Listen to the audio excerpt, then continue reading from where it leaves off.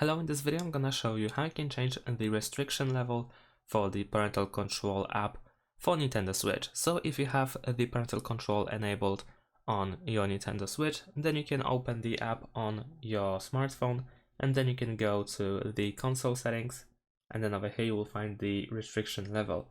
Let's tap here and then you can decide the restrictions. So for instance, if I choose child, then over here you will find the restrictions that will apply after saving the changes. So for instance, we have restricted software. So every software that is rated for ages above 8, then there will be no access on Nintendo Switch. But you can also use the custom settings, of course, and then you can manually decide the restrictions.